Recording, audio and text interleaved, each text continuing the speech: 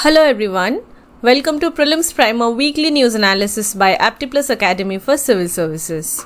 Firstly, congratulations to all the successful candidates of Aptiplus Academy for Civil Services for their selection in UPSC 2021. It is indeed a proud moment for Aptiplus Academy as the legacy of success continues with 45 plus selections in UPSC CSE 2021. So congratulations to all the toppers. आज की पहली topic है PM प्रणम scheme. Chemical fertilisers के ऊपर जो dependency है उससे कम करने के लिए और स्टेट्स को इंसेंटिवाइज करने के लिए गवर्नमेंट ने एक नई स्कीम को लॉन्च किया है जिसका नाम है PM Pranam. PM Pranam it stands for prime minister promotion of alternate nutrients for agriculture management Yojana. तो ये स्कीम केमिकल फर्टिलाइजर्स की यूज़ को किस तरीके से रिड्यूस करेगी? बेसिकली केमिकल फर्टिलाइजर्स के लिए जो सब्सिडी दी जाती है उस सब्सिडी की बर्डन को रिड्यूस करके 2022-23 में सब्सिडी की जो बर्डन है वो इंक्रीज होने वाली है टू 2.25 लाख करोड़। ये 39% हायर है than the previous years figure जो 1.62 लाख करोड़ थी। इतनी अमाउंट सब्सिडी दी जाती है फॉर केमिकल फर्टिलाइजर्स, तो हम समझ सकते हैं इस स्कीम के तहत केमिकल फर्टिलाइजर्स के लिए जो सब्सिडी दी जाती है बेसिकली उसे रिड्यूस कर दिया जाएगा। तो पब्लिक एक्सचेकर के ऊपर जो बर्डन है वो रिड्यूस हो जाएगा और फार्मर्स और दूसरे स्टेक होल्डर्स जो केमिकल फर्टिलाइजर्स को यूज़ करते हैं, सेल करते हैं, वो भी डी इंसेंटिवाइज होंगे। वो केमिकल फर्टिलाइजर्स को यूज़ ज़्यादा नहीं करना चाहेंगे, तो ये एनवायरनमेंट फ्रेंडली भी हो जाएगा। तो ये एक विन विन सिचुएशन सा होगा। इस स्कीम को चलाने के लिए कोई अलग से बजट नहीं बनाया गया है। जब केमिकल फर्टिलाइजर्स की सब्सिडी को जो बंद किया जाएगा, कम किया जाएगा, तो जो अमाउंट सेव हो जाएगा उसी अमाउंट से इस स्कीम को चलाया जाएगा and it will be run by the department of fertilizers. इसके अलावा जो स्टेट अमाउंट को, मनी को सेव करते हैं केमिकल फर्टिलाइजर्स की यूज़ को रोकने के लिए, उन्हें ग्रांट भी दी जाएगी। सब्सिडी की जो सेविंग्स है 50% उन स्टेट्स को अलॉट कर दी जाएगी। जो अमाउंट ग्रांट के तहत दिया जाएगा स्टेट को, स्टेट उसका 70% यूज़ कर सकता है फॉर एसेट क्रिएशन। किस तरीके की एसेट क्रिएशन? केमिकल फर्टिलाइजर्स हम अगर बंद करना चाहते हैं तो ऑल्टरनेट फर्टिलाइजर्स को अडॉप्ट करना होगा। उसके लिए जो टेक्नोलॉजिकल रिक्वायरमेंट्स है उसकी ज़रूरत है। ऑल्टरनेट फर्टिलाइज़र प्रोडक्शन को बूस्ट करने के लिए और भी जो ऑर्गेनिक फार्मिंग है और दूसरे मेथड्स हैं उसके लिए इंफ्रास्ट्रक्चर बनाना पड़ेगा। तो इस इंफ्रास्ट्रक्चर को, इसके लिए जो भी रिक्वायरमेंट्स हैं, पैसे लगते हैं और उस पैसे को हम यहाँ से इस ग्रांट से मैनेज कर सकते हैं। इसके अलावा स्टेट गवर्नमेंट को दिए जाने वाली इस ग्रांट में जो 30% पैसा बच जाता है, ये रिमेनिंग जो अमाउंट है ये यूज़ किया जा सकता है फॉर इंसेंटिवाइजिंग फार्मर्स। पंचायत्स, जो फार्मर प्रोड्यूसर ऑर्गेनाइजेशंस होते हैं, सेल्फ हेल्प ग्रुप्स होते हैं, इनकी अवेयरनेस जनरेशन के लिए और इन्हें मोटिवेट करने के लिए कि ये फर्टिलाइज़र यूज़ को रिड्यूस करें। हमें पता है पंजाब हरियाणा में ओवर सैचुरेशन हो चुका है, अभी उसके सॉइल में इतना सॉल्ट का अमाउंट है जिसके वजह से जो ग्राउंड वाटर है वो बहुत ज़्यादा कंटेमिनेटेड हो गया है।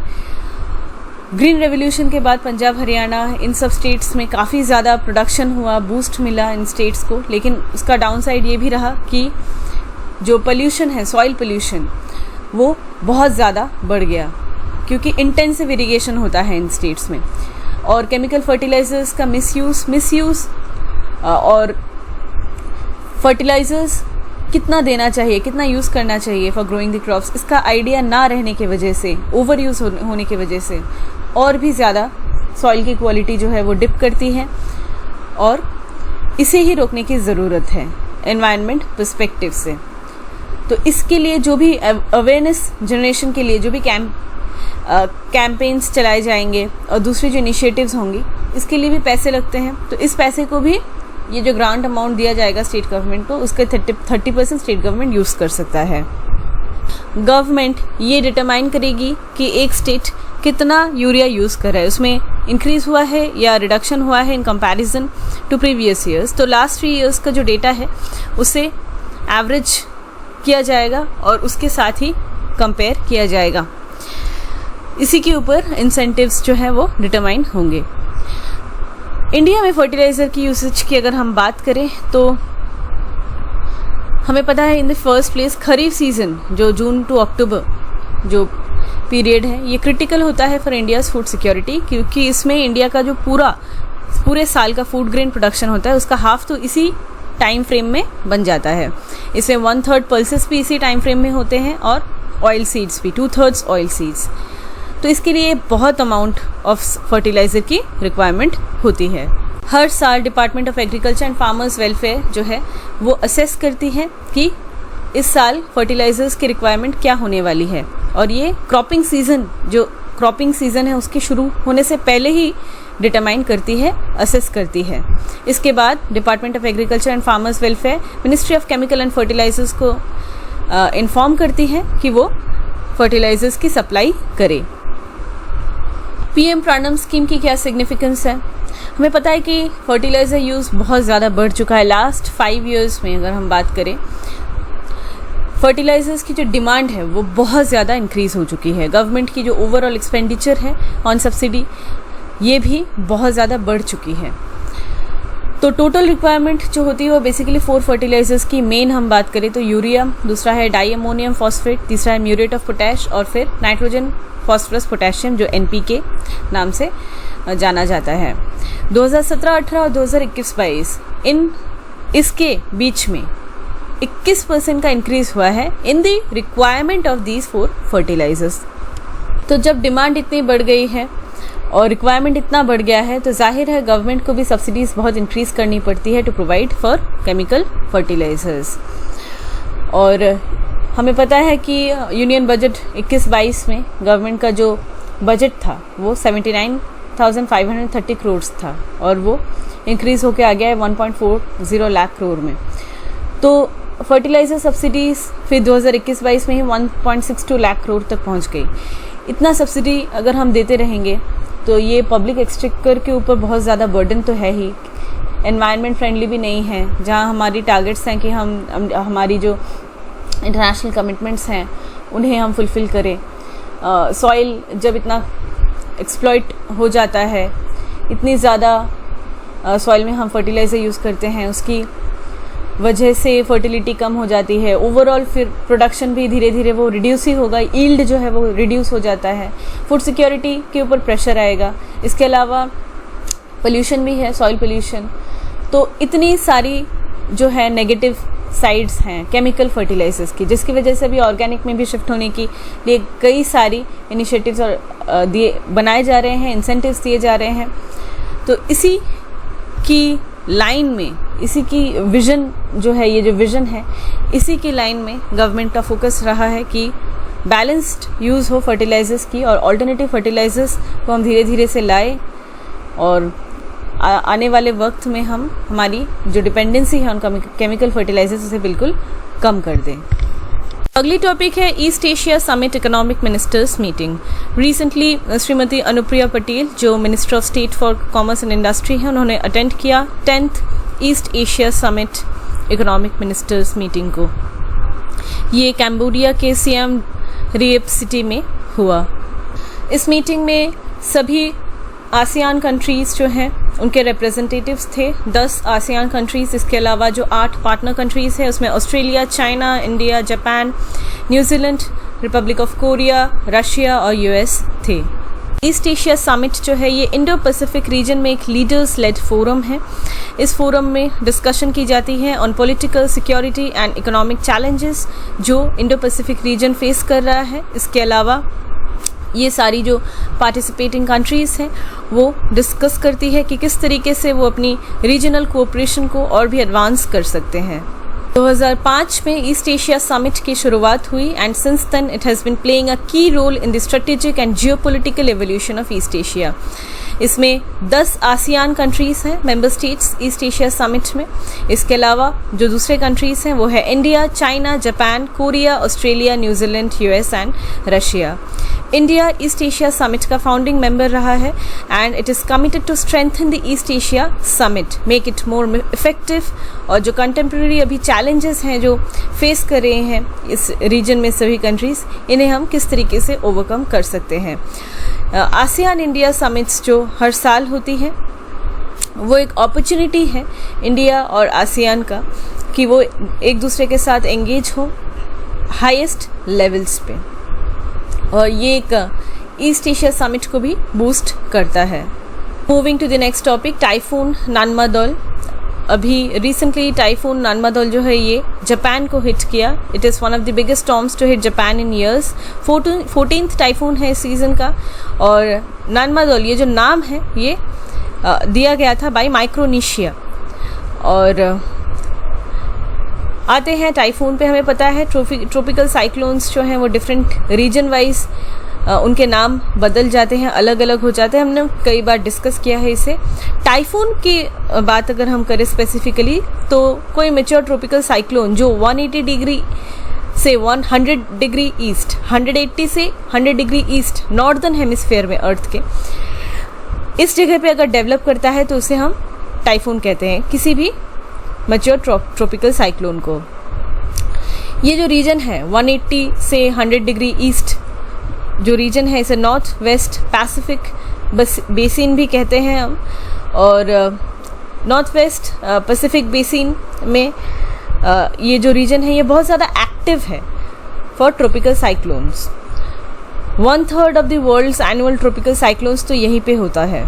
ऑर्गेनाइजेशनल पर्पस के लिए हमें पता है पैसिफिक ओशन को डिवाइड कर दिया गया है in 3 regions, eastern, central, western. Eastern में North America 140 degree west, central में 140 वेस्ट टू 180 और वेस्टर्न में 180 टू 100 डिग्री ईस्ट।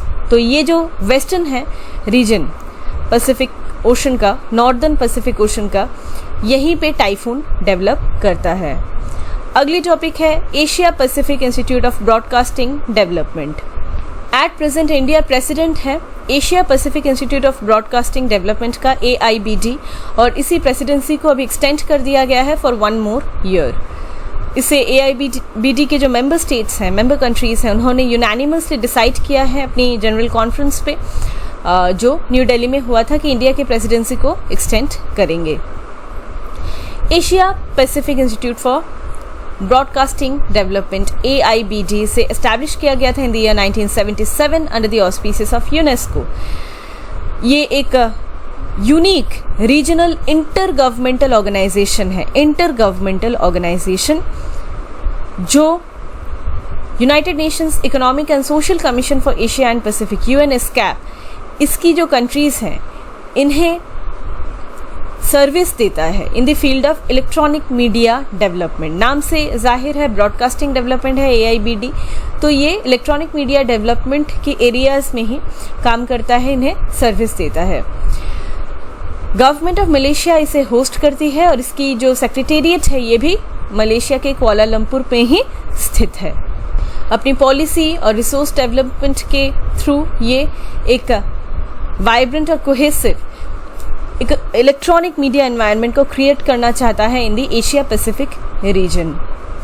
सभी कंट्रीज़ की जो खुद की नेशनल ब्रॉडकास्टिंग ऑर्गेनाइजेशंस हैं, इन नेशनल ब्रॉडकास्टिंग ऑर्गेनाइजेशन से ये टेक्नोलॉजिकल रिसोर्सेस और इंटेलेक्चुअल रिसोर्सेस को लेता है ये इंस्टीट्यूट, और उसके बाद जो है दूसरी और भी रीजनल और इंटरनेशनल बॉडीज़ जो हैं उनसे भी नेटवर्क करता है। फॉर एग्जांपल गवर्नमेंट एजेंसी हो गया, NGO हो गया, प्राइवेट सेक्टर, इंडिविजुअल प्रोफेशनल्स, सभी की मदद से ये एक प्रॉपर इलेक्ट्रॉनिक मीडिया को करता है कंडक्ट। AIBD की मेंबरशिप की अगर हम बात करें तो जो सॉवरेन स्टेट्स हैं यही सिर्फ इसके मेंबर्स हो सकते हैं, और करेंटली 26 कंट्रीज़ फुल मेंबर्स हैं AIBD की, और इसके अलावा 43 ऑर्गेनाइजेशंस हैं और 52 अफिलिएट मेंबर्स हैं, वो परमानेंट जो या फुल मेंबर्स नहीं हैं। International Telecommunication Union, United Nations development group programme UNDP, बहुत अच्छे से हमने इसको कवर किया था UNDP को, यूनेस्को, यही सब फाउंडिंग ऑर्गेनाइजेशंस हैं AIBD की। लेकिन ये नॉन वोटिंग मेंबर्स हैं, ऐसा नहीं है कि ये फाउंडिंग मेंबर्स है, ITU हो गया, UNDP, यूनेस्को, तो इन्होंने ही वोट डाल के एक जो कंसेंसस है उसे अपनी ही सिर्फ वोट से बिल्ड कर लिया, ऐसा नहीं है, क्योंकि नॉन वोटिंग मेंबर्स हैं। Recently 47th AIBD annual gathering, जो बेसिकली 20th जनरल कॉन्फ्रेंस था AIBD का, ये न्यू दिल्ली में हेल्ड हुआ था बिटवीन 19th to 20th सितंबर, और यहाँ पे वाइड रेंज ऑफ डिस्कशंस हुए थे, प्रेजेंटेशंस हुए थे, आइडियाज़ की एक्सचेंज हुई थी। फोकस ये था कि हम ब्रॉडकास्टिंग जो है इसकी फैसिलिटीज़ को और भी डेवलप करें और इलेक्ट्रॉनिक्स मीडिया को और भी हम स्ट्रेंथन करें। टॉपिक था building a stronger future of broadcasting in post pandemic era. इस जनरल कॉन्फ्रेंस में एक 5 साल का प्लान भी बनाया गया फॉर कोऑपरेटिव एक्टिविटीज़ और इसे फाइनलाइज भी किया गया। सभी पार्टिसिपेटिंग कंट्रीज़ ने और मेंबर ब्रॉडकास्टर्स ने ये प्लेज किया कि वो एक साथ काम करेंगे for the sustainable development of broadcasting environment, latest technologies को अडॉप्ट करेंगे, फाइनेस्ट कंटेंट क्रिएशन की कोशिश करेंगे। हमें अभी पता है कि कंटेंट का क्वालिटी जो है ये बहुत ज़्यादा अभी डिस्कशन में रहता है। वो कोई भी टॉपिक हो, वो न्यूज़ हो या दूसरी जो भी सर्विसेज प्रोवाइड की जाती है, ब्रॉडकास्ट किए जाते हैं, तो फाइनेस्ट कंटेंट क्रिएशन के ऊपर भी प्लेज लिया गया और वेरियस दूसरे जो कोऑपरेटिव एक्टिविटीज़ हैं इनके ऊपर भी डिस्कशंस की गई। अगली टॉपिक है कैरेकल। कैरेकल जो है इसकी सर्वाइवल अभी क्वेश्चन में आ रही है, ये स्ट्रगल कर रहा है सर्वाइव करने के लिए इंडिया में। अभी हमें पता है रिसेंटली चीता को इंडिया में लाया गया, आफ्टर 7 डेकेड्स चीता नहीं था इंडिया में, तो अभी कैरेकल भी आ रहा है प्रॉब्लम में। तो एक टीम ऑफ रिसर्चर्स ने मैप आउट किया कि इंडिया की कौन कौन सी सूटेबल जगह हैं जहाँ पे कैरेकल सर्वाइव कर सकते हैं। बात करते हैं कैरेकल की। एशियाटिक कैरेकल जो एक medium sized locally threatened cat species है जो इंडिया में अभी एक्सटिंक्शन की ओर जा रहा है। कुछ इस तरीके से दिखता है कैरेकल। कैरेकल जो है इनकी लार्ज स्केल हंटिंग की जाती है, इलीगल ट्रेडिंग की जाती है और इसके अलावा ये जहाँ जहाँ रहते हैं नेचुरल हैबिटेट्स ये भी ख़त्म होते जा रहे हैं। हमें पता है एग्रीकल्चर प्रैक्टिसेस हो गई, कंस्ट्रक्शन एक्टिविटीज़, इन सब की वजह से फॉरेस्ट एरिया का जो है वो श्रिंक हो जाना, बहुत सारी रीजंस हैं जिसकी वजह से इनकी नेचुरल जो हैबिटेट है वो ख़त्म होती जा रही है। कैरेकल एट प्रेजेंट अगर हम वाइल्ड लाइफ प्रोटेक्शन एक्ट 1972 की बात करें तो इसकी स्केड्यूल 1 में ये इंक्लूडेड है और IUCN के नियर थ्रेटेंड कैटेगरी में ये बिलोंग करता है। तो रिसेंटली ये जो स्टडी किया गया कि कहाँ पे कैरेकल रह सकते हैं, इनकी क्या पोटेंशियल हैबिटेट है, इससे ये पता चला कि राजस्थान जो है ये एक अच्छा एरिया है जहाँ पे कैरेकल रह सकते हैं। इसके अलावा गुजरात, मध्य प्रदेश, हरियाणा, उत्तर प्रदेश, महाराष्ट्र, ये काफ़ी पोटेंशियल हैबिटेट है। जो सूटेबल एरियाज़ हैं कैरेकल के वो गुजरात के कच्छ रीजन में है। इसके अलावा श्योपुर, मुरैना, मध्य प्रदेश की शिवपुरी और इसके अलावा राजस्थान की भी कई सारी जगह हैं जिसमें सिरोही, जलोर, अलवर, करौली, सवाई माधोपुर, कोटा, धौलपुर, बूंदी, बारन, जयपुर, टोंक, दौसा, इन सब जगहों पे ये रह सकते हैं। राजस्थान, गुजरात, मध्य प्रदेश के Kutch, Malwa plateau, Aravalli range, hill range, Bundelkhand region बहुत इंपॉर्टेंट है। ये सारी जगह जो है वो बहुत ज़्यादा सूटेबल है for the survival of caracal. इन जगहों पे कैरेकल की कंजर्वेशन बहुत अच्छे से की जा सकती है। इसके अलावा यहाँ पे बहुत सारी प्रोटेक्टेड एरियाज़ भी हैं जो हाई कंजर्वेशन पोटेंशियल प्रोवाइड करते हैं कैरेकल्स के लिए, जिसमें कच्छ वाइल्ड लाइफ सैंक्चुरी आती है गुजरात की, टाइगर रिजर्व्स हैं रणथंभौर की, सरिस्का, मुकुंद्र हिल्स, ये सब रीजन है। फिर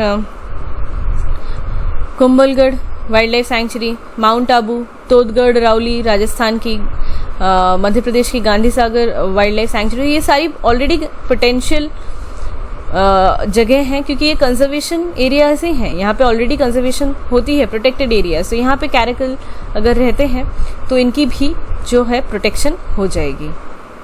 it's very very very important to note कि 2021 में national board for wild life and ministry of environment, forest and climate change ने कैरेकल को क्रिटिकली इंडेंजर्ड स्पीशीज़ में ऐड किया as a critically endangered species. यहाँ पे डिफरेंस देखिए, IUCN के लिस्ट में ये क्रिटिकली इंडेंजर्ड नहीं है, नियर थ्रेटेंड है, लेकिन इंडिया ने हमारी यहाँ पे अगर हम बात करें तो National board for wild life and ministry of environment, forest and climate change ने पर्टिकुलरली कैरेकल को क्रिटिकली एंडेंजर्ड स्पीशीज के तौर पे असाइन किया है। अगली टॉपिक है democracy index. Recently democracy index में यूएस को कैटेगराइज किया गया है as a flawed democracy. Full democracy से नीचे फ्लॉड डेमोक्रेसी। डेमोक्रेसी इंडेक्स, इस इंडेक्स को रिलीज करती है इकोनॉमिस्ट इंटेलिजेंस यूनिट। ये इंडेक्स अटेम्प्ट करती है कि विश्व में डिफरेंट कंट्रीज की जो डेमोक्रेसी है, जो डेमोक्रेटिक कंट्रीज, उनकी क्या स्टेटस है, क्या कंडीशन है वहाँ पे डेमोक्रेसी की। टोटल 167 कंट्रीज को ये रैंक करती है। 60 इंडिकेटर्स हैं जिन्हें 5 कैटेगरीज में फर्दर डिवाइड किया गया है। इन कैटेगरीज के बेसिस पे ही डिसाइड किया जाता है कि क्या रैंकिंग दी जानी चाहिए और क्या स्टेटस रहना चाहिए। कैटेगरीज हैं इलेक्टोरल प्रोसेस एंड प्लूरलिज्म। एक कंट्री में इलेक्शन जो प्रोसेस है उसमें फेयर एंड ट्रांसपेरेंट वे में इलेक्शंस कंडक्ट की जाती है या नहीं, करप्शन है या नहीं, इलेक्शन के लिए फंडिंग किस तरीके से आती है। सभी देश के सभी लोग, प्लूरलिज्म मतलब डिफरेंट रीजन, एथनिसिटी, सभी जगहों से डिफरेंट जो लोग हैं वो रिप्रेजेंट कर रहे हैं कि नहीं, इलेक्शन में वो पार्टिसिपेट कर पा रहे हैं कि नहीं, उनकी वॉइस जो है वो रिजल्ट्स में रिफ्लेक्ट हो रही है कि नहीं। ये सभी चीज़ों को बेसिस में रखती है ये इंडेक्स। दूसरी है सिविल लिबर्टी, कि सिविलियंस की कितनी लिबर्टी है, वो फ्रीडम के साथ किस तरीके से रह सकते हैं एक देश में। तीसरी है फंक्शनिंग ऑफ द गवर्नमेंट, कि गवर्नमेंट जो है ऑटोक्रेटिक तो नहीं है, वो फॉर द पीपल काम तो कर रही है। अगली है political participation, as mentioned earlier, कि लोगों की पॉलिटिकल पार्टिसिपेशन कैसी है, लोग देश की में जो पॉलिसीज़ बन रही हैं, जो स्कीम्स हैं, जो जिस तरीके की गवर्नेंस है उसमें पार्टिसिपेट कर पा रहे हैं कि नहीं, उसके अगेंस्ट आवाज़ उठा पा रहे हैं कि नहीं, और अपनी जो राय है, ओपिनियन है, उसे वो कहीं पे किसी उनके पास वो स्टेज है कि नहीं जहाँ पे वो उनकी वॉइस जो है वो सुनी जाएगी। नेक्स्ट है पॉलिटिकल कल्चर। तो इन सभी कैटेगरीज के बेसिस पे, जिसके अंदर फिर टोटल 60 इंडिकेटर्स हैं, डेमोक्रेसी के स्टेटस को डिफाइन किया जाता है। फुल डेमोक्रेसीज वो कंट्रीज हैं जहाँ पे सिविल लिबर्टीज़ और फंडामेंटल पॉलिटिकल फ्रीडम है, काफ़ी रिस्पेक्ट की जाती है सिविल लिबर्टी को। पॉलिटिकल कल्चर जो है वो रीइंफोर्स किया जाता है, डेमोक्रेटिक प्रिंसिपल्स को प्रमोट किया जाता है। इन कंट्रीज़ में एक valid system of governmental checks and balances हैं, कि गवर्नमेंट अगर ऑटोक्रेटिक बनती जा रही है तो दूसरी जो NGOs हो, एक्टिविस्ट्स हों, जो दूसरी पॉलिटिकल पार्टीज़ हों, सभी स्टेक होल्डर्स गवर्नमेंट को, और इसके अलावा जो इंस्टीट्यूशंस हैं, जो ऑटोनोमस इंस्टीट्यूशंस हैं, ये ऑटोनोमस और इंडिपेंडेंट इंस्टीट्यूशंस जो हैं वो स्ट्रॉन्ग है कि नहीं, और वो गवर्नमेंट को चेक में रख पा रहे हैं कि नहीं रख पा रहे हैं। तो चेक्स एंड बैलेंसेस वहाँ पे प्रॉपर वैलिड सिस्टम है या नहीं। नेक्स्ट है इंडिपेंडेंट जुडिशरी। हमें पता है जुडिशरी सबसे ऊपर है, तो जुडिशरी ही अकाउंटेबल ठहराती है पार्लियामेंट को, और उसकी जो पॉलिसीज़ हैं उसे वो कभी भी क्वेश्चन में ला सकती हैं, उसे अनकॉन्स्टिट्यूशनल भी डिक्लेयर कर सकती हैं। तो जुडिशरी स्ट्रॉन्ग है या नहीं, इंडिपेंडेंट है या नहीं, वो गवर्नमेंट उसे ऐसा तो नहीं है कि गवर्नमेंट ही जुडिशरी को चला रही है। गवर्नमेंट जो है वो एडिक्वेटली फंक्शन कर रही है कि नहीं, जो अपनी कमिटमेंट्स हैं वो उसे फुलफिल कर रही हैं कि नहीं टाइम टू टाइम। और डाइवर्स एंड इंडिपेंडेंट मीडिया, कि जो न्यूज़ चैनल्स हैं, जो मीडिया है, जो ब्रॉडकास्टिंग है, वो डाइवर्स है, इंडिपेंडेंट है या नहीं है, या उन्हें भी उनकी वॉइस भी धीरे धीरे मजल डाउन की जा रही है, ऐसा तो नहीं है। तो ये सभी जो हैं चीज़ें अगर अच्छे से फॉलो होती हैं तो वो फुल्ली डेमोक्रेटिक कंट्री है, क्योंकि यहाँ पे डेमोक्रेटिक जो प्रिंसिपल्स हैं वो उन्हें रिस्पेक्ट की जाती है। फ्लॉड डेमोक्रेसीज यानी ऐसी कंट्रीज जहाँ पे इलेक्शंस फ्री एंड फेयर तो हैं, सिविल लिबर्टीज़ भी बेसिक जो है उन्हें ऑनर की जाती है, लेकिन इसमें कई सारी इश्यूज़ है। फॉर एग्जांपल मीडिया फ्रीडम नहीं है, उसमें इन्फ्रिंचमेंट है। तो काफ़ी यहाँ पे देखा जाता है कि जो न्यूज़ मीडिया है वो पॉलिटिकल पार्टीज़ के बायस होते हैं और कवरेज भी उसी तरीके से करते हैं। और माइनॉरिटी ऑपरेशन अगर है और दूसरी जो सिचुएशन पूरी देश में चल रही है जो गवर्नमेंट को अकाउंटेबल ठहरा सकती हैं, अगर उसे वो कवर अप कर रही है तो इंडिपेंडेंट मीडिया तो नहीं रहा। इसके अलावा पॉलिटिकल ओपोजिशन की अगर सप्रेशन हो रही है, क्रिटिक्स की अगर सप्रेशन की जा रही है, हमें पता है जो क्रिटिक्स है उन्हें जेल में डाल दिया जाता है और इसके लिए कई ड्रैकोनियन लॉज भी हैं जो अभी ऑब्सोलेट हैं लेकिन फिर भी उन्हें रखा गया है। तो ये सारी अगर चीज़ें हो जाती है तो फ्री एंड फेयर इलेक्शंस और सिविल लिबर्टीज़ जो हैं वो बेसिक होने के बावजूद वो फ्लॉड डेमोक्रेसी हुआ। वहाँ पे फुल डेमोक्रेसी तो ये नहीं है, इंडिपेंडेंट हर एक स्टेक होल्डर के पास अच्छे से नहीं है।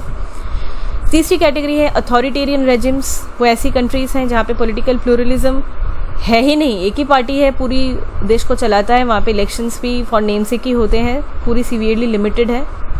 एब्सोल्यूट मोनार्की हो सकते हैं, डिक्टेटर्स हो सकते हैं यहाँ पे ऐसी कंट्रीज़ में। और इंस्टीट्यूशंस जो हैं वो भी कन्वेंशनल होते हैं, डेमोक्रेसी के नाम पे उसे भी सरकार ही अच्छे पूरी तरीके से कंट्रोल करती है। तो ये 3 कैटेगरीज हैं।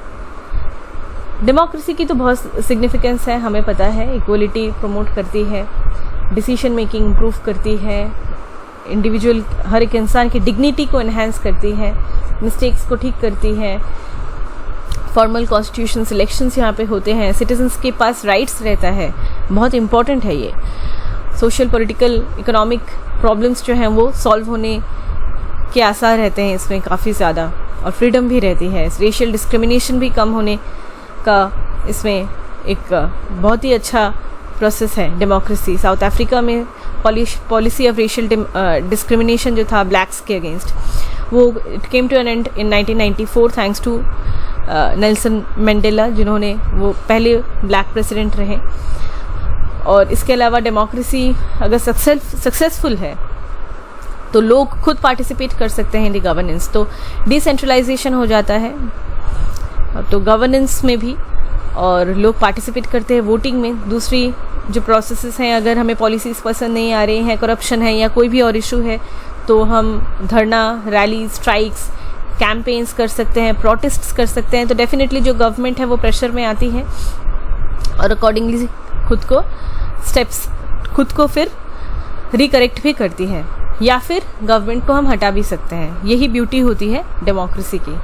मास मीडिया जैसे टीवी, न्यूज़पेपर्स, मैगजीन्स, जो दूसरी एजेंसीज हैं, ये भी एक मेजर रोल प्ले करते हैं पब्लिक इश्यूज़ को हाईलाइट करने में, पब्लिक ओपिनियन को एक तरीके से मोल्ड करने में। कॉन्फ्लिक्ट्स को रिजॉल्व करने में डेमोक्रेसी हेल्प करती है। अगर डिस्क्रिमिनेशन हो रहा है on the grounds of culture, region, religion, economic background, caste, race, इसे भी फ्रीली या और फेयरली ट्रीट किया जाता है। कॉन्फ्लिक्ट्स को रिजॉल्व भी करती है government responsibly. For example interstate river dispute, इसे भी गवर्नमेंट को ही सॉल्व करना होगा। तो प्रेशर रहता है, पब्लिक प्रेशर रहता है, डिफरेंट इंस्टीट्यूशंस का प्रेशर रहता है, सिविल सोसाइटी का प्रेशर रहता है, एनजीओज जो प्रेशर ग्रुप्स हैं इनकी प्रेशर रहती है। इक्वालिटी और जस्टिस जो है वो भी इंश्योर करने की कोशिश करती रहती है गवर्नमेंट। जस्टिस, इक्वालिटी तभी पॉसिबल है अगर डेमोक्रेसी है, नहीं है तो पॉसिबल ही नहीं है।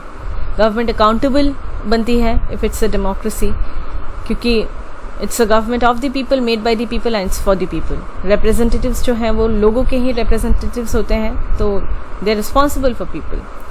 अगर लोग हैप्पी नहीं हैं, they can any time change the leaders in the coming elections. Responsive government होती है डेमोक्रेसी में। ट्रांसपेरेंसी किसी और नॉन डेमोक्रेटिक गवर्नमेंट में ये पॉसिबल नहीं होती जितनी फुल डेमोक्रेसीज में होती है। और गवर्नमेंट लेजिटिमेट भी होती है, थोड़ा स्लो होती है, लेस एफिशिएंट होती है। हर टाइम इलेक्शंस की वजह से डिफरेंट जो पॉलिसीज़ हैं वो थोड़े हैम्पर होते हैं, या फिर गवर्नमेंट जब बदल जाती है तो पॉलिसीज़ फिर से वो थोड़ा स्टक हो जाते हैं, तो थोड़ा स्लो, लेस एफिशिएंट होता है, लेकिन वो रिस्पॉन्सिव होता है, क्लीन होता है, और लोगों के जो राइट्स हैं वो काफ़ी हद तक वो रिस्पेक्टेड रहते हैं, इवन इन फ्लॉड डेमोक्रेसी। और फुल डेमोक्रेसी में तो वो काफ़ी ज़्यादा ही ऑनर किए जाते हैं। Moving to the next topic, Bandhavgarh forest. Recently archaeological survey of India जो मिनिस्ट्री ऑफ कल्चर के अंदर आती है, इसने डिस्कवर किया है कुछ important archaeological remains from the Bandhavgarh forest reserve जो मध्य प्रदेश में है. इसमें 26 एंशिएंट टेम्पल्स के और कालाचुरी पीरियड में जो टेम्पल्स थे उन्हीं की रेलिक्स और टेम्पल्स की जो रिमेन्स है उसे पाया गया है. 26 केव्स हैं, इसकी रिमेन्स को पाया गया है. मॉनेस्ट्री, स्तूपास, ब्राह्मी इंस्क्रिप्शंस, इसके रिमेन्स को पाया गया है. स्कल्पचर्स, वाटर स्ट्रक्चर्स, इन्हें भी पाया गया है. वरह स्कल्पचर जो लार्जेस्ट है इन सभी स्कल्पचर्स में, इसे भी यहाँ से पाया गया है. टॉकिंग अबाउट बांधवगढ़ फॉरेस्ट, ये एक नेशनल पार्क है और ये मध्य प्रदेश के विंध्या हिल्स उमरिया डिस्ट्रिक्ट में ये सिचुएटेड है. बांधवगढ़ जो है ये इसका नाम पड़ा है फ्रॉम बांधवगढ़, जिसका गढ़ का मतलब होता है फोर्ट, बांधव मतलब ब्रदर, तो इसी से इसका नाम है. फोर्ट जो है लक्ष्मण को लॉर्ड राम ने इस फोर्ट को दिया था लंका के ऊपर वॉच रखने के लिए, ऐसा माना जाता है माइथोलॉजी में. बांधवगढ़ को नेशनल पार्क डिक्लेयर किया गया इन द ईयर 1968 और उसके बाद 1993 में इसे टाइगर रिजर्व भी बनाया गया. ये पार्क जो है इसमें मिक्स्ड वेजिटेशन पाया जाता है. इसमें टॉल ग्रासलैंड्स होते हैं, सैल फॉरेस्ट्स होती हैं. ये परफेक्ट हैबिटेट होता है for various animals and birds. और इस पार्क में मानसून टाइप ऑफ क्लाइमेट है, ड्राई विंटर क्लाइमेट है. मीन टेम्परेचर यहाँ पे 23 डिग्री सेंटीग्रेड है और यहाँ पे जो प्रेसिपिटेशन है, रेनफॉल, वो 101 सेंटीमीटर्स है. बांधवगढ़ जो है इसमें एवरग्रीन सैल फॉरेस्ट है, बहुत इंपॉर्टेंट है, और मिक्स्ड फॉरेस्ट है. प्लांट्स की बहुत स्पीशीज़ हैं, बर्ड्स की भी है. मेजर मैमल्स की अगर हम बात करें बांधवगढ़ की, तो उसमें tiger, leopard, wild dog, wild cat, hyena, wolf, chital, sambar, black bug, रोजडा, ये सब आते हैं. इस पार्क में बंगाल टाइगर भी है, डियर है, लेपर्ड्स हैं. 35 स्पीशीज़ है मैमल्स की, बर्ड्स की 250, बटरफ्लाइज की, और बहुत हाई डेंसिटी ऑफ टाइगर्स यहाँ पे हैं इस जंगल में. और दूसरी जो डेंसली पॉपुलेटेड स्पीशीज़ यहाँ पे रहती हैं वो है gaur, Indian bison, sambar, barking deer, nilgai, Indian wolf, striped, hyena और कैरेकल, ये सब यहाँ पे पाए जाते हैं. अगली टॉपिक है Surjapuri and Bajjika dialects. Recently chief minister Bihar के नीतीश कुमार और एजुकेशन मिनिस्टर जो है उन्होंने स्टेट एजुकेशन डिपार्टमेंट को ऐसा कहा है कि वो ऐसी एकेडमीज़ को सेटअप करे ताकि सुरजापुरी और बजिका जो लैंग्वेज है, जो डायलेक्ट्स हैं, ये प्रमोट हो on the lines of Hindi and Urdu academies. इस तरीके से हिंदी और उर्दू लैंग्वेजेस को प्रमोट करने के लिए एकेडमीज है, उसी तरीके से सुरजापुरी और बजिका डायलेक्ट्स को भी प्रमोट करना चाहिए, ऐसा कहना है. सुरजापुरी जो है ये मेनली बिहार के किशनगंज में और सीमांचल एरिया में लोग इस लैंग्वेज, इस डायलेक्ट को यूज़ करते हैं, जो नॉर्थ ईस्टर्न बिहार में है. यहाँ पे कटिहार, पूर्णिया, अरारिया, इन सब डिस्ट्रिक्ट्स में ये लैंग्वेज, ये डायलेक्ट यूज़ की जाती है. डायलेक्ट इसलिए है क्योंकि ये फुल फ्लेजेड एक लैंग्वेज नहीं है, ये एक्सटेंशन है और ये मिक्स है बांग्ला, उर्दू और हिंदी की. और डिफरेंट कंटिग्यूअस पार्ट्स वेस्ट बंगाल में भी ये इसे डिस्कस किया जाता है. सुरजापुरी जो है ये वर्ड जो है ये आया है फ्रॉम सुरजापुर परगना. सुरजापुरी जो है इसका किसी भी रिलीजन के साथ कोई संबंध नहीं है, लेकिन फिर भी सुरजापुरी मुस्लिम्स जो हैं इस लैंग्वेज को यूज़ करते हैं, या नेटिव जो मुस्लिम्स हैं जो किशनगंज में रहते हैं, और 70% पॉपुलेशन यहाँ पे मुस्लिम ही है. दूसरा डायलेक्ट है बजिका. ये बिहार के 5 डायलेक्ट्स में से एक है. इसमें ये मिक्स है हिंदी और मैथिली की, जो बेसिकली बोली जाती है इन वैशाली, मुजफ्फरपुर और सीतामढ़ी, शिवहर और समस्तीपुर में, इन सब एरिया से. बजिका जो है ये इतना ज़्यादा वेल नोन नहीं है. और दूसरी डायलेक्ट्स हमें पता है भोजपुरी है, मैथिली है. तो क्या हुआ, बजिका, भोजपुरी, मैथिली और सुरजापुरी. अगली टॉपिक है रोटरडैम कन्वेंशन. 2 hazardous पेस्टिसाइड्स हैं, आइप्रोडियन और टर्ब्यूफोस. नाम बहुत इंपॉर्टेंट है, ऐसे नाम ही आ जाते हैं क्वेश्चन में. आइप्रोडियन और टर्ब्यूफोस, ये दोनों पेस्टिसाइड्स हैं और हजार्डस हैं बहुत ज़्यादा. तो इनकी इंटरनेशनल ट्रेड के लिए अब से पहले से ही प्रायर इन्फॉर्म्ड कंसेंट की ज़रूरत पड़ेगी, ऐसा रिकमेंडेशन दिया गया है. प्रायर इन्फॉर्म्ड कंसेंट प्रोसीजर जो रोटरडैम कन्वेंशन के अंदर आता है.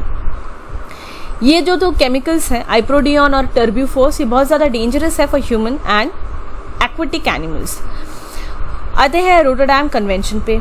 रोटरडैम कन्वेंशन, इससे पहले Rotterdam convention on the prior informed consent procedure for certain hazardous chemicals and pesticides in international trade भी कहा जाता था, शॉर्ट में रोटरडैम कन्वेंशन। ये एक मल्टीलैटरल ट्रीटी है जो प्रमोट करती है शेयर्ड रिस्पॉन्सिबिलिटी कि सभी देश रिस्पॉन्सिबिलिटी उठाए कि हजार्डस केमिकल का जब इंपोर्ट होता है उस रिगार्डिंग किस तरीके की रिस्पॉन्सिबिलिटी हम देखेंगे। कन्वेंशन में ये प्रमोट किया जाता है कि इंफॉर्मेशन की ओपन एक्सचेंज हो, हजार्डस केमिकल्स जो हैं जब वो ट्रेड किए जा रहे हैं एक देश से दूसरे देश के बीच में तो उसमें प्रॉपर लेबलिंग हो, डायरेक्शंस रहें कि सेफ हैंडलिंग की जानी चाहिए इस केमिकल की।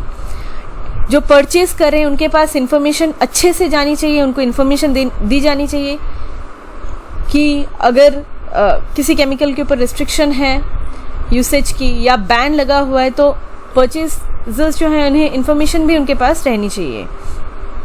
रोटरडैम कन्वेंशन के जो सिग्नेटरीज हैं, जो सिग्नेटरी नेशंस हैं, वो डिसाइड कर सकते हैं कि कौन सी केमिकल को इंपोर्ट को बैन करना है, कौन सी केमिकल के इंपोर्ट को अलाउ करना है। अब आते हैं PIC, prior informed consent procedure, जिसकी बात हम कर रहे हैं। ये एक बहुत इंपॉर्टेंट प्रोविजन है रोटरडैम कन्वेंशन की, एक मैकेनिज्म है जिसमें जो इंपोर्टिंग कंट्री है उसे कंसेंट देना पड़ता है, विलिंगनेस शो करवाना पड़ता है कि हाँ मैं इस हजार्डस केमिकल को इंपोर्ट करना चाहता हूँ, और उसके बाद ही जो एक्सपोर्टिंग कंट्री है वो उसे एक्सपोर्ट कर पाते हैं। तो ये एक ऑफिशियल कंसेंट इन्हें देना पड़ता है। इप्रोडियन और टर्ब्यूफॉस की अगर हम बात करें तो ये दोनों केमिकल्स जो हैं इसे इंडिया में परमिट किया गया था इन 2015 by the Anupam Verma committee report. India जो है ये टर्ब्यूफॉस का लार्जेस्ट एक्सपोर्टर है। रिकमेंडेशंस फिर रोटरडैम कन्वेंशन में भी दिए गए, उसकी केमिकल रिव्यू कमेटी जो अभी रिसेंटली 22 सितंबर 2022 को बैठी थी इटली के रोम में, और उसके बाद ही नए चेंजेस लाए गए और ये कहा गया इन दोनों केमिकल्स को, इन दोनों पेस्टिसाइड्स को PIC में डालना चाहिए। PIC में हम और थोड़ा देखेंगे, पहले देख लेते हैं इप्रोडियन और टर्ब्यूफॉस। इप्रोडियन जो है ये एक फंजीसाइड है, फंगस को किल करने के लिए यूज़ किया जाता है। फंगस जो होता है फ्रूट्स, ट्रीज, वेजिटेबल्स और वाइन्स जैसे ग्रेप्स में, लेकिन इप्रोडियन जो है ये कार्सिनोजेनिक है, कैंसर कॉजिंग है और रिप्रोडक्शन में भी ये अफेक्ट डालता है। टर्ब्यूफॉस की अगर हम बात करें तो ये एक सॉइल इंसेक्टिसाइड है, सॉइल में इंसेक्ट्स को मारने के लिए टर्ब्यूफॉस का यूज़ किया जाता है इन ग्रोइंग क्रॉप्स, फॉर एग्जाम्पल मेज, बीट, सोरघम एंड पोटैटोज। लेकिन प्रॉब्लम ये है कि सॉइल तो जब बारिश होती है तो वो फ्लो करके डिफरेंट वाटर बॉडीज़ में, रिवर्स में चला जाता है, और टर्ब्यूफॉस जो है ये बहुत ज़्यादा रिस्की साबित होता है to aquatic organisms because it's toxic in nature. तो इसीलिए इन दोनों पेस्टिसाइड्स को एक्सटेंसिवली यूज़ तो किया जाता है एग्रीकल्चर में, लेकिन बहुत ज़्यादा ये हजार्डस हैं एंड इसकी डीप इम्पैक्ट है, हार्मफुल इम्पैक्ट है on human health and environment. Rotterdam convention के अनेक्स 3 के लिस्ट में इन दो पेस्टिसाइड्स को डालने की बात की जा रही है। जो अभी रिव्यू कमेटी आई थी उसकी 17th मीटिंग में यही रेकमेंड किया गया। अनेक्स 3 में ऐसी पेस्टिसाइड्स और इंडस्ट्रियल केमिकल्स को डाला जाता है जिन्हें आइदर बैन किया जाता है जिनकी ट्रेड को, या फिर सीवियरली जो रिस्ट्रिक्टेड है for both health and environmental reasons. और 2 या 2 से ज़्यादा कंट्रीज अगर कंसेंट दे देते हैं तो अनेक्स 3 में वो वाला केमिकल या पेस्टिसाइड डल जाता है। अनेक्स 3 रोटरडैम कन्वेंशन के अनेक्स 3 में डल जाने के बाद ये केमिकल्स जो है ये सब्जेक्टेड हो जाते हैं to prior informed consent procedure, जिसमें वो कंसेंट, ऑफिशियल कंसेंट की ज़रूरत पड़ जाती है इंपोर्टिंग कंट्री को देने के लिए। और एट प्रेजेंट इस लिस्ट में, अनेक्स 3 की लिस्ट में इप्रोडियन और टर्ब्यूफॉस को लेते हुए टोटल 54 केमिकल्स हैं।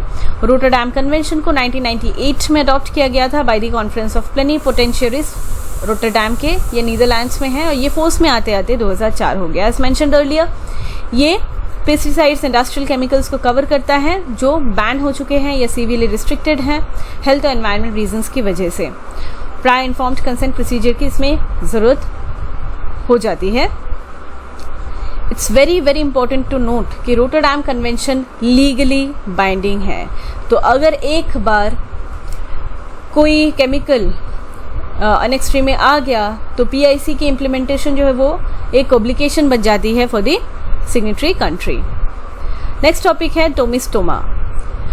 टोमिस्टोमा जो है ये एक क्रोकोडाइल है जो साउथ ईस्ट एशियन कंट्रीज में पाई जाती है। ये बहुत शाय है, अनसोशेबल है स्पीशीज। जहाँ पे बहुत ज़्यादा high degree of human activity है वहाँ से वो विदड्रॉ कर लेता है। लेकिन एट प्रेजेंट ह्यूमन एक्टिविटीज़ बहुत ज़्यादा इंक्रीज़ हो गई हैं, specially in countries like Indonesia, जहाँ पे oil palm productions, oil palm plantations हैं, सेटलमेंट्स हैं, इलीगल गोल्ड माइनिंग की जाती है। एज ए रिजल्ट टोमिस्टोमा का जो हैबिटेट है वो डिक्लाइन होता जा रहा है, और बिकॉज उनका हैबिटेट डिक्लाइन होता जा रहा है और ख़त्म होता जा रहा है और ये लोगों के कांटेक्ट में ज़्यादा आ रहे हैं, तो ये लोगों को अटैक भी कर रहे हैं। एज मैंशनड अर्लियर, टोमिस्टोमा एक लार्ज क्रोकोडिलियन स्पीशीज़ है जो साउथ ईस्ट एशिया में पाई जाती है। इस तरीके से दिखती है टोमिस्टोमा। टोमिस्टोमा जो है ये साउथ ईस्ट एशिया की इंडोनेशिया, मलेशिया, ब्रूनेई में ज़्यादातर पाई जाती है। फ्रेश वाटर स्पीशीज़ है और स्वॉम्प फॉरेस्ट्स में भी ये पाई जाती हैं। अपनी हैबिटेट को ये शेयर करती है with saltwater crocodile and Siamese crocodile. Endangered है in the IUCN red list, very very important to note, endangered. और ये पिसीवोरस है, मतलब फिश ईटिंग है, मछलियों को खाती है। रिसेंट डेकेड्स में पाया गया है कि इनका जो डाइट है वो काफ़ी ज़्यादा डाइवर्स हो गया है, ब्रॉडर हो गया है। ऑफकोर्स एक ही चीज़ के ऊपर तो डिपेंड करके नहीं रह सकते, तो डाइवर्स हो गया है। तो अभी ये birds, monitor lizards, monkeys, deer को भी ये खा लेती हैं। टोमिस्टोमा जो है काफ़ी ज़्यादा ये कॉन्फ्लिक्ट में आ रही हैं विथ ह्यूमन बींग्स, और अभी रिसेंटली ह्यूमन टोमिस्टोमा कॉन्फ्लिक्ट को रोकने के लिए कई सारी इनिशिएटिव्स लिए जा रहे हैं। कोऑपरेशन लोकल अथॉरिटीज़ की, कम्युनिटीज़ को, इसके अलावा क्रोकोडाइल एक्सक्लूजन जोन बनाए जा रहे हैं, और कुछ रिकमेंडेशंस भी हैं कि इन्हें और भी बनाना चाहिए क्योंकि ये धीरे धीरे एक्सटिंक्ट हो जाएंगे अदरवाइज, ताकि ह्यूमन टोमिस्टोमा कॉन्फ्लिक्ट ना हो। प्रैक्टिस क्वेश्चंस डिस्कस कर लेते हैं, आपको बताना है कौन से ट्रू हैं कौन से false. Number 1, Tomistoma is a large crocodilian species native to south east Asia. It is critically endangered in the IUCN Red List. Number 2, Bandhavgarh National Park is located in the Makala Hills of Madhya Pradesh. Number 3, Surjapuri and Bajika dialects are spoken in Uttar Pradesh. Number 4, apart from the 10 ASEAN member states, East Asia Summit includes India, China, Myanmar, Japan, Korea, Australia, New Zealand and United States and Russia. Number 5, the Asia Pacific Institute for Broadcasting Development, AIBD, established in the year 1977 under the auspices of UNESCO, is a unique regional intergovernmental organization servicing countries of the United Nations Economic and Social Commission for Asia and Pacific in the field of electronic media development. With this, we come to an end of this session. Thank you so much.